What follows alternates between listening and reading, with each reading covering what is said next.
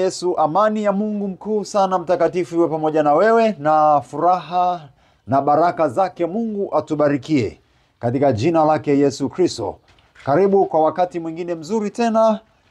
Ni tarehe 2 mwezi wa 7. Hongera tena, bado tunasema hongera kwa mwezi wa 7, na endelea kuitumia damu ya Yesu katika malango ya mwezi wa 7. Yabarikiwe malango yote, malango yako ya mwezi wa 7 na hata malango ya miezi mingine na mwaka wote. Bwana akupe kuona ushindi na faida na wala si hasara katika jina la Yesu Kristo. Amina. Baba, asante kwa saa hii kwa ajili ya msikilizaji mtazamaji huyu. Ninaomba neema yako na rehema zako, Mfalme unayetuona katika vyote na katika yote, uliye juu ya yote, mtakatifu, mtakatifu, mtakatifu, Bwana Mungu wa majeshi. Mbingu na nchi zimejaa utukufu wako sasa na hata milele. Amina. Karibu tena tupokee neno la Mungu ambalo ni uzima wetu, ni ushindi wetu, ni baraka yetu. Tunaendelea kuona kwamba mimi wewe ni kiungo. Mungu ametuweka kwa kiungo kizuri cha kuunganisha, tuungane, tuweze kufanya jambo moja linalomtukuza Mungu. Tuweze kusaidiana, tuweze kufadhiliana, tuweze kudhaminiana. Anasema iweni wafadhili ninyi kwa ninyi, tulipitia hapo jana.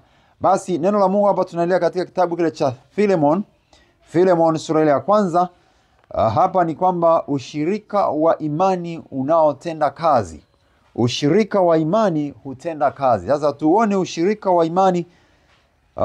Hiyo ni moja ya ile kuendelea kushirikiana, au kwamba wewe ni kiungo ambacho Mungu anataka kwa wewe. Imani iendelee kutenda kazi, imani katika Yesu Kristo. Twende tusome neno la Mungu. Sura ile ya 1, nitaanzia mstari wa 1. Paulo mfungwa wa Kristo Yesu na Timotheo aliye ndugu yetu, kwa Filemon mpendwa wetu, mtenda kazi pamoja nasi, na kwa Afia ndugu yetu, na kwa Arkipo askari mwenzetu, na kwa kanisa lililo katika nyumba yako. Neema na iwe kwenu na amani zitokazo kwa Mungu Baba yetu na kwa Bwana wetu Yesu Kristo. Mstari wa 4. Namshukuru Mungu wangu siku zote, nikikukumbuka katika maombi yangu, nikisikia habari za upendo wako na imani ulio nayo kwa Bwana Yesu na kwa watakatifu wote. Mstari wa 6. Ili kwamba ushirika wa imani yako ufanye kazi yake katika ujuzi wa kila kitu chema kilicho kwetu katika Kristo. Maana nalikuwa na furaha nyingi na faraja kwa sababu ya upendo wako, kwa kuwa mioyo ya watakatifu imeburudishwa nawe ndugu yangu. Amina. Bwana apewe sifa kwa neema kuu. Tena Paulo anaongea na watumishi wenzake ambao waliweza kuwa na ushirika mmoja, uhusiano wa karibu, na kila mmoja akawa kama kiungo cha mwenzake. Kazi ya Mungu ilikwenda au ilifanyika. Paulo hapa anasema Paulo mfungwa wa Kristo Yesu alikuwa katika vifungo kwa sababu ya kumtumikia Bwana Yesu, kwa sababu ya Injili, kwa sababu ya kusimama kwenye kweli. Sasa wenzake wakaendelea kuwa na ushirika naye. Kiungo kimoja kikiumia vingine umia. Tumesoma katika Wakorinto. Na anasema, anawataja Filemoni mpendwa, mtendakazi pamoja naye. Anasema ni mtendakazi pamoja naye. Maana yake walikuwa na umoja na ushirikiano moja katika kumtumikia Kristo. Hii ni nzuri na inafurahisha, inapendeza watu kuwa na uhusiano, ushirikiano, kujua kwamba kila mmoja kwa sehemu yake anapaswa kuhusika au kufanya. Anasema na kwa Afia ndugu yetu, na kwa Arkipo askari mwenzetu. Askari mwenzetu. Sisi ni askari katika Bwana. Sisi ni majeshi ya Bwana Yesu, majeshi ya Bwana, watumishi wa Bwana, askari katika ufalme wa Mungu wetu, Mungu ambaye Yeye ndiye Bwana wa majeshi, yeye ndiye mkuu juu ya vyote, Yesu Kristo Bwana wetu. Anasema, anawataja watu ambao walikuwa kama ni sawa na kiungo kimoja, wakitenda kazi pamoja na vifungo vya gerezani kabisa, gereza la kibinadamu la kawaida au vizuizi vya kishetani, lakini waliendelea kushikamana pamoja. Rafiki wa kweli ni yule ambaye wakati wote anaweza akakusaidia na akakufanya uendelee kumtumikia Bwana Yesu, uendelee kutembea katika uwepo wa Mungu. Sio yule atakaye kuondoa au atakaye kuacha wakati wa shida. Sisi tu viungo, na hapa ni ushirika wa imani unaotenda kazi. Tukiendelea mbele, mstari ule wa 4 anasema kwanza mstari wa 3 anasema, neema na iwe kwenu na amani zitokazo kwa Mungu Baba. Neema iwe kwenu. Tunatakiana neema. Wanaompenda Kristo, wanaotembea katika ushirika wa Roho Mtakatifu kwa imani moja, wanatakiana neema ya Bwana, wanatakiana baraka za Bwana. Takia baraka mwenzako, takie neema ya Bwana iwe juu yake, amani ya Mungu iwe juu yake. Hayo ni mema sana. Mstari wa 4, namshukuru Mungu wangu siku zote nikikukumbuka katika maombi yangu, nikisikia habari za upendo wako na imani ulio nayo kwa Bwana Yesu na kwa watakatifu wote. Hii hapo sasa furaha inaongezeka, inakuwa ni kubwa kwa sababu ya upendo na imani na ushirikiano. Anasema kwa ajili ya watakatifu. Unaona namna ambavyo hawa watu au Biblia inatutaka tufanye au tuwe, kwamba ni watu ambao wana ushirikiano mmoja. Anamshukuru Mungu siku zote kila anapomkumbuka, kwa sababu ya vile anavyotenda kiimani, upendo wake jinsi ulivyo, wakawa wana ushirika mmoja. Paulo, Timotheo, Filemoni wakawa pamoja, na huyu Afia anasema ni ushirika wa pamoja. Ni watu ambao kila mmoja ameshika sehemu yake, alafu kazi ya Injili, kazi ya Bwana Yesu ikaendelea. Hata sasa inatakiwa iendelee. Haleluya sana milele. Haleluya. Anasema, nikisikia habari za upendo wako na imani ulio nayo kwa Bwana Yesu Kristo na kwa watakatifu. Na kwa watakatifu. Imani, upendo katika Kristo na kwa watakatifu. Manake huu ushirika wa imani unaotenda kazi unatuunganisha mtu na mtu, au watu kwa watu, au watumishi kwa watumishi, kanisa, watakatifu kwa watakatifu, alafu pamoja na Mungu. Huu ndio mpango mzuri uliopo ndani ya ushirika wa imani. Imani yenye ushirika ambayo inatenda kazi. Tukiwa na ushirika wa kiimani, kazi ya Mungu inafanyika vizuri. Au niseme tu kwa kufupisha kwamba uhusiano wa kiimani katika Yesu Kristo utakuwezesha kuendelea kumtumikia Mungu, na Mungu ataendelea kuungana nasi, kutusaidia, kutubariki, kwa sababu anaona tuna ushirikiano wa kiimani, uhusiano wa kiimani, ukaribu wa kiimani na upendano. Upendo na imani vinatufanya tuendelee kushikamana katika umoja, tukawa pamoja. Haleluya. Anasema ili kwamba ushirika wa imani yako ufanye kazi yake katika ujuzi wa kila kitu chema kilicho kwetu. Mstari ule wa 6, katika Kristo, ili kwamba ushirika wa imani yako ufanye kazi. Ili kwamba ushirika wa imani yako ufanye kazi. Kwa hiyo ushirikiano wa kiimani, au tunapoendelea kujua na kutambua kwamba sisi ni viungo vya Kristo, tunatakiwa kuendelea kutembea katika ushirika, uhusiano wa kiimani, kushikamana pamoja. Na namna hiyo anasema kazi ya Kristo, kazi ya Mungu, kazi ya Injili itafanyika. Shetani atakaa wapi hapo? Lazima akimbie. Haleluya. Tuendelee kuwa na ushirikiano, ushirika wa kiimani katika Yesu Kristo, ili kazi ya Bwana iendelee kutendeka, ili Mungu aendelee kukaa katikati yetu. Hivyo Mungu atakaa katikati yetu. Endelea kuwa na ushirika wa kiimani. Tafuta ili na neema ya Mungu iliyokuwa pamoja nawe, iliyokuwa pamoja nasi sote siku zote, ili kwamba ushirika wa imani yako ufanye kazi yake katika ujuzi wa kila kitu chema kilicho kwetu katika Kristo. Maana nalikuwa na furaha nyingi na faraja kwa sababu ya upendo wako, kwa kuwa mioyo ya watakatifu imeburudishwa nawe ndugu yetu. Haleluya. Uhusiano, ushirikiano unaweza kutupa kuendelea kumtumikia Kristo. Lakini tukiwa hatuna uhusiano au shirika mzuri wa imani na upendo wa Yesu, imani ya Yesu na upendo wa Yesu vikikosekana, uhusiano, ushirikiano haupo. Kiungo au kiunganishi kimeondoka. Na Mungu anataka tuwe na kiunganishi siku zote.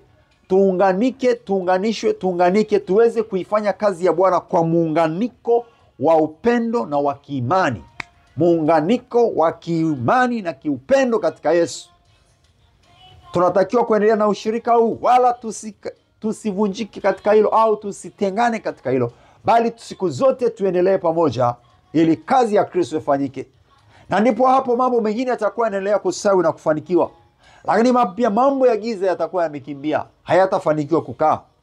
Endelea kutafuta ushirikiano wa kiimani na wenzako. Endelea kutafuta uhusiano mzuri na upendo, kuwa na upendo wa Kristo kati ya wewe na Wakristo wenzako. Pendaneni ninyi kwa ninyi, Biblia imetuambia mpendane, yani tupendane sisi kwa sisi. Ndipo na huo upendo utawavuta na wengine waendelee kuwa na ushirika mmoja na sisi. Anasema matunda yenu yapate kukaa, nimewaweka, pendaneni, ili watu wakiona. Yesu anasema watu wakiona upendo tulio nao, wakiona ushirikiano tulio nao, wakiona uhusiano mzuri tulio nao, watavutwa, wataponywa mioyo yao. Basi tafuta kuendelea kuwa na uhusiano, ushirikiano siku zote na watakatifu wa Bwana, ili ufalme wa Mungu uendelee kutukuzwa, yaendelee. Wakorintho wa pili sura ile ya 7 mstari wa 4. Wakorintho wa pili 7:4. Wakorintho wa pili 7:4 anasema, ninao ujasiri mwingi kwenu, naona fahari kuu juu yenu, nimejaa faraja katika dhiki yetu yote, nimejaa furaha ya kupita kiasi. Ni mtu ambaye au ni mtumishi wa Bwana, mtakatifu wa Bwana huyu, alikuwa ameingia kwenye shida na taabu.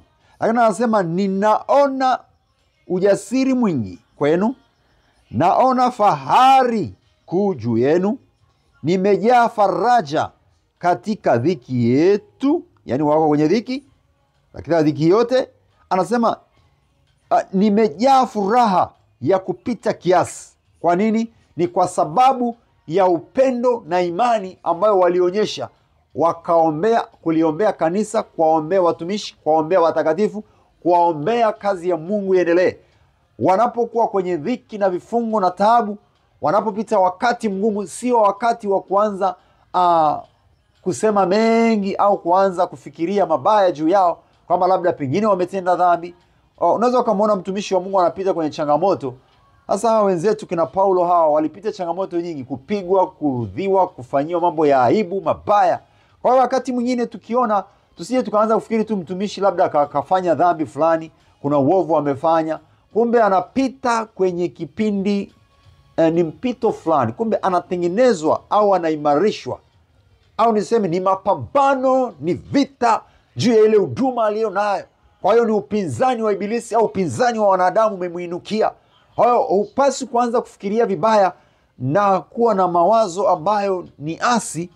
Lazima uanze kwanza kutafakari, kurudi kwenye neno la Mungu na Roho Mtakatifu wako ongozi. Anasema ninaona faraja, ninaona furaha tena kupita kiasi kwa sababu yenu. Maana yake ni kwa sababu ya uhusiano wao, ushirikiano wao wa kimani, vile walishirikiana, vile walivyoendelea kuombeana, vile walivyoendelea kutembea pamoja bila kuachana. Kiungo, wewe ni kiungo cha mwingine ili afanikiwe. Angalia, huyu anasema nina faraja sana, ninaona furaha sana, ninaona fahari, tena anasema kupita kiasi, japo yupo kwenye dhiki na taabu, kwenye shida. Ni kwa sababu ya uhusiano mzuri. Upendo na imani vinapoungana, ushirika wa imani na upendo vinafanya kazi. Mtu anaweza akawa gerezani, mtu anaweza akawa kwenye kifungo, anaweza akawa kwenye tabu, lakini ushirikiano au uhusiano wa kiimani, upendano wa Kristo unaendelea kuwafanya watu watumike. Kazi ya Yesu itaendelea. Paulo yuko gerezani, lakini injili ikaendelea. Umo injili inaendelea. Neno la Mungu halifungwi. Neno la Mungu halifungwi. Biblia inatuambia neno la Mungu halifungwi. Unaweza ukamfunga mtu, lakini neno la Mungu haliwezi kufungwa, wala kanisa haliwezi kufungwa. Kanisa litaendelea hata kwenye ulimwengu wa roho, linaendelea. Kazi ya Mungu itaendelea. Hakuna anayeweza kuizuia kazi ya Mungu. Wapendwa, tuendelee kuwa na uhusiano na ushirikiano wa karibu, ili shetani aendelee kucharazwa vizuri, aendelee kupigwa na kutupwa nje, na maisha yetu yaendelee kuwa mazuri, alafu mioyo yetu endelee kuburudishwa, kufurahishwa, kama anavyosema kule kwenye Filemon. Nirudi tena kule kwenye Filemon sura ile ya kwanza tuliposoma, anasema maana nalikuwa na furaha nyingi na faraja kwa sababu ya upendo wako, kwa kuwa mioyo ya watakatifu imeburudishwa ndani yangu.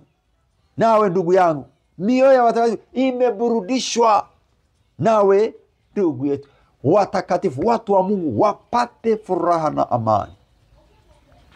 Sasa tukiendelea kuwa na umoja na upendo na imani katika Yesu, hiyo inatufanya tuendelee kushikamana vizuri. Hakuna namna ya kutengana. Hakuna upenyo shetani ataupata aendelee kuumiza au kuvuruga au kukandamiza, kwa sababu upendo na imani inatupa uhakika, imani inatupa ujasiri, imani inatupa nguvu ya kuendelea kusimama vizuri na kusonga mbele.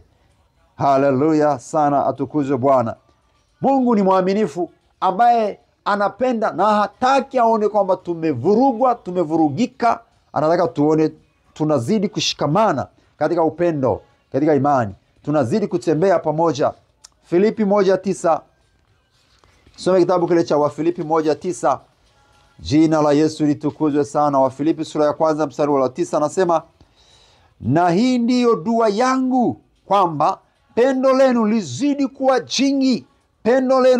kuwa jingi sana katika hekima na ufahamu wote, mpate kuyakubali yaliyo mema, ili mpate kuwa na moyo safi bila kosa, mpaka siku ya Kristo, yani mpaka kurudi kwake Kristo. Haleluya. Hii ndiyo dua yangu, anasema mtumishi wa Bwana.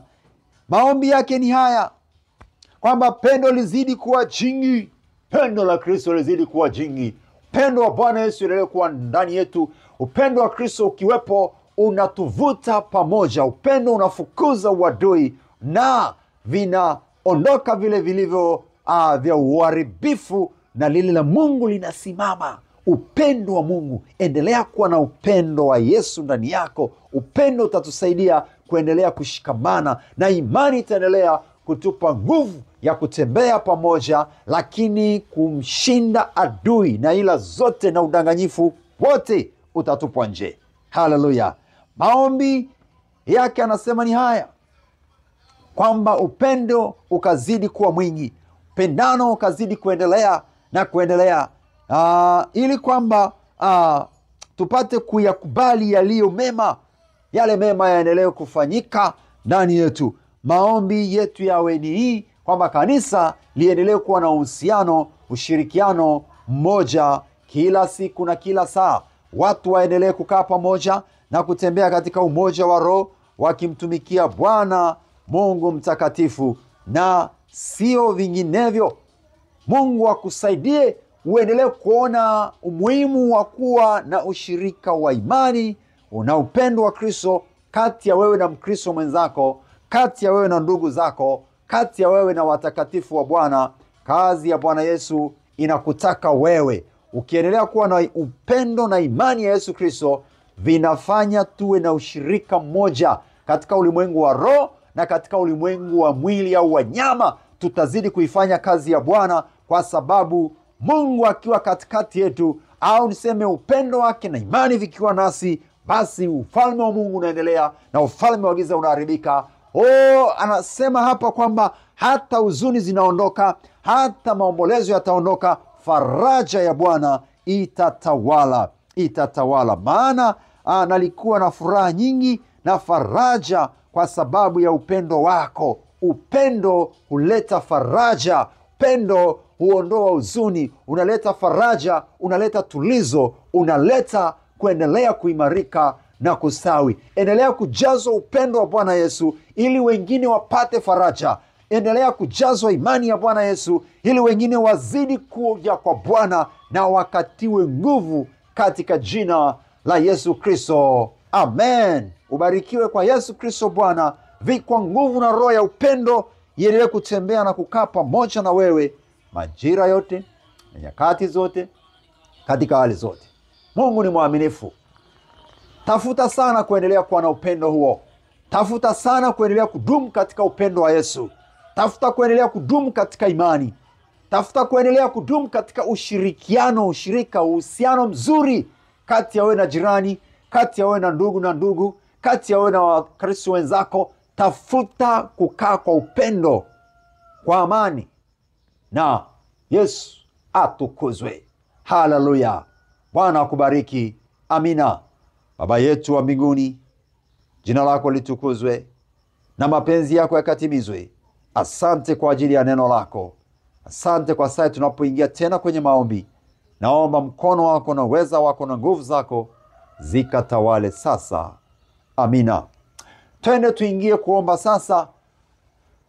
Kama ni mgonjwa au kama una mgonjwa pale alipo, wewe utaweka mkono badala yake kwenye kifua chako, naye atapokea uponyaji kwa neno hili ambalo linatoka katika kinywa cha mtumishi wake. Yeye Yesu Kristo Bwana Mwokozi wangu atapokea uponyaji, nawe utaona kushinda katika jina la Yesu Kristo aliye hai. Baba yetu wa mbinguni, katika jina la Yesu, asante. Asante kwa pendo lako, asante kwa neema, asante kwa imani uliotupatia. Baba, ninaomba neema yako iliyokuu sana ikaendelee kutawala maisha yetu. Wakristo, watumishi, wateule wako, tukaendelee kutembea katika umoja na ushirikiano na uhusiano wa kiimani. Upendo wa Kristo katawale, upendo wako Kristo katujaze, tukajazwe upendo wako. Ninaomba na kumwombea mtu huyu, Bwana, ukamjaze imani na matumaini yakawe ndani yake, ndani ya kila mmoja anayesikia sasa. Ninaomba nguvu ya imani na upendo wako ambao utatufanyia ushirika, uhusiano wa kiimani, utendaji kazi katika kazi ya Kristo. Naomba neema yako na nguvu zako, mwenye nguvu, katika jina la Yesu Kristo. Baba, nami naenda kusimama kukemea roho za magonjwa na mauti na vitu vyote vya giza ambavyo vimeshambulia maisha ya huyu mpendwa. Ninaomba damu yako imnenee mema sasa, apokee uponyaji, na katika malango ya mwezi wa 7 huu sasa akazione furaha, akaone faida, akaone baraka, akaone maongezeko katika jina la Yesu Kristo wa Nazareti aliye hai. Katika jina la Yesu Kristo ninazipiga zile kazi zote za giza, ninazivunja hizo kazi za kipepo. Baba, mwezi huu wa 7 ukawe ni mwezi ambao tutazidi kuona baraka na nguvu. Malango haya ya mwezi huu, Bwana, katika tarehe 2, katika mwanzo huu wa mwezi huu, Bwana, ninaomba damu ya Yesu isimame na sisi. Damu ya Yesu kwa huyu mtu, hata yule mgonjwa au ndugu yake ambaye ni mgonjwa. Sasa muda huu naomba, sema neno Bwana, nami mtumishi wako natamka neno hili ya kwamba awe mzima sasa, ajitwike godoro, aondoke kwenye kitanda cha maumivu na magonjwa, aondoke kwenye vifungo, aondoke kwenye chuki, aondoke kwenye matengano. Roho ya matengano iondoke, roho ya chuki iondoke, roho ya uharibifu iondoke. Malango ya mwezi wa 7 yakawa ni malango ya mapatanisho tena, ukamilifu wako Bwana ndani ya hii familia, ndani ya hii ndoa, ndani ya hawa watoto wako mahali walipo, wateule wako, katika jina lako Yesu. Ninaomba ukaachilie juu yao na ndani yao pendo lako, imani ya kweli ikaongezeke wakatembee katika imani, nguvu ya imani katika jina la Yesu, ikawaunganishe tena, ikawarudishe tena, ikawaambatanishe tena, wakaambatane katika upendo, katika imani ya Kristo. Damu ya Yesu mwana wa Mungu ikatawale, ikamiliki, ikanene mema. Ninaomba fadhili zako na rehema zako, ninaomba uweza wako na nguvu zako,